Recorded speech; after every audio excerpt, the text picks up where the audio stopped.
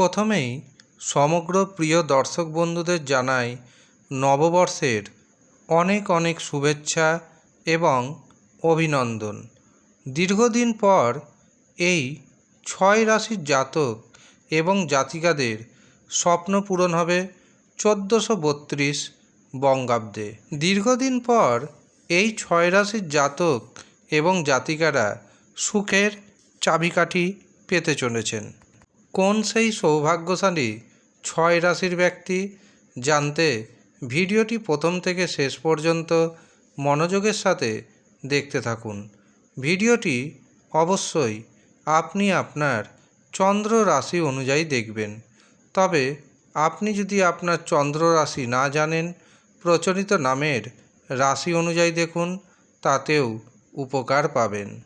জয় সিদ্ধিদাতা গণেশের জয়, জয় সিদ্ধিদাতা গণেশের জয়, জয় সিদ্ধিদাতা গণেশের জয়। 15ই মে 1432 বঙ্গাব্দ যেদিন শুরু হচ্ছে, সেদিন চন্দ্র থাকছে তুলা রাশিতে এবং এই চন্দ্র বিচরণ করবে বিশাখা নক্ষত্রে। এর পাশাপাশি এই দিন থাকছে সিদ্ধিযোগ। সিদ্ধিযোগ খুবই একটি শুভ এবং গুরুত্বপূর্ণ যোগ। এই যোগে মানুষের মনের ইচ্ছা পূরণ হয়।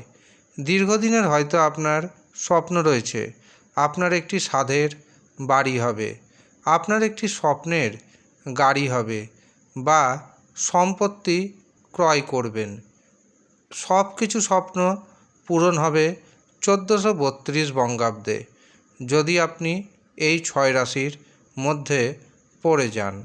1432 বঙ্গাব্দে নবগ্রহের যে গোচর, প্রধানত দেবগুরু বৃহস্পতি, শনি, রাহু ও কেতু, এই 4টি গ্রহের যে গোচর, সেই গোচর অনুযায়ী 6 রাশির জাতক এবং জাতিকাদের দীর্ঘদিন পর সুখের চাবিকাঠি পাবেন।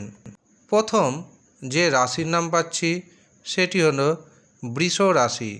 বৃষ রাশির জাতক এবং জাতিকাদের বিবাহের শুভ সুযোগ আসবে। এই বছর আপনি ঋণ মুক্তি ঘটাতে সক্ষম হবেন।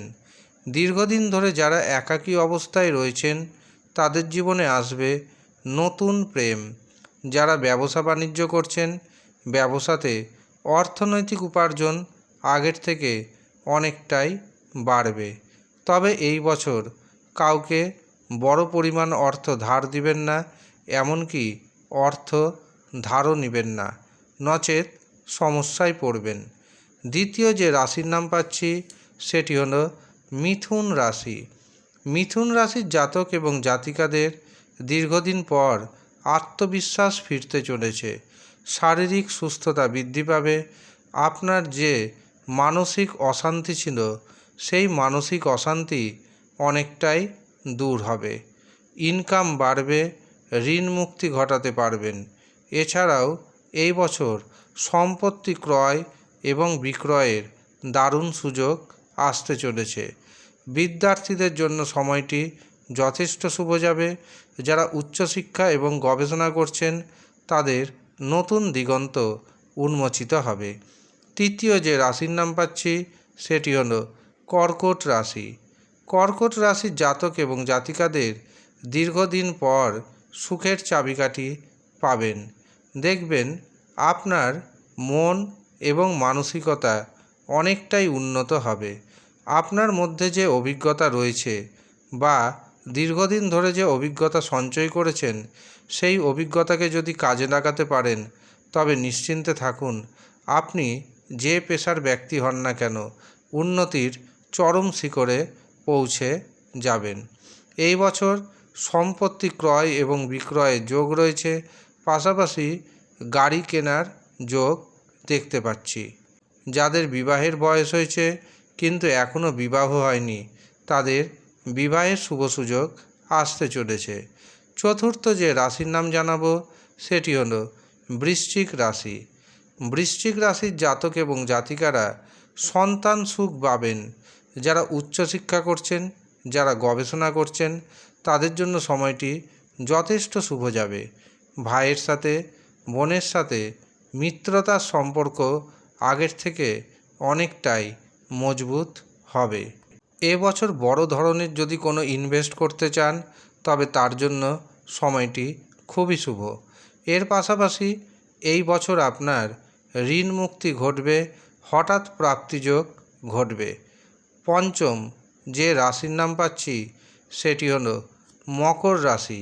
মকর রাশির জাতক এবং জাতিকাদের বিদেশ যাওয়ার স্বপ্ন পূরণ হবে। সম্পত্তি ক্রয় অথবা যদি বিক্রয় করতে চান তবে সেটিও এই বছর আপনি করতে সক্ষম হবেন। এমনকি কোনো কিছু যদি নতুন কেনাকাটা করতে চান তার জন্য বছরটি যথেষ্ট শুভ দেখতে পাচ্ছি। পারিবারিক জীবনে এবং কি দাম্পত্য জীবনে সুখ বৃদ্ধি পাবে আপনার। হঠাৎ অর্থপ্রাপ্তি যোগ রয়েছে, এমনকি ঋণ মুক্তি ঘটাতে সক্ষম হবেন।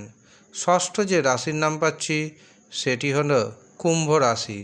কুম্ভ রাশির জাতক এবং জাতিকারা কোনো না কোনো দামি দ্রব্য এই বছর কিনবেন।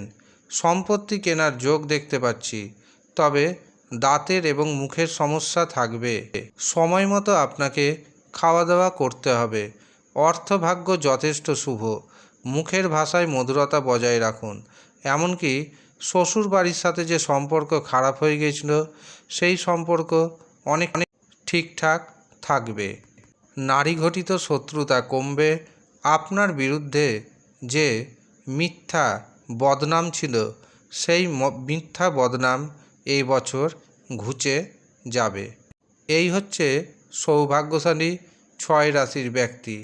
এই 6 রাশির ব্যক্তির নববর্ষ থেকে পুরো বছর দারুণ যেতে চলেছে। ধন্যবাদ।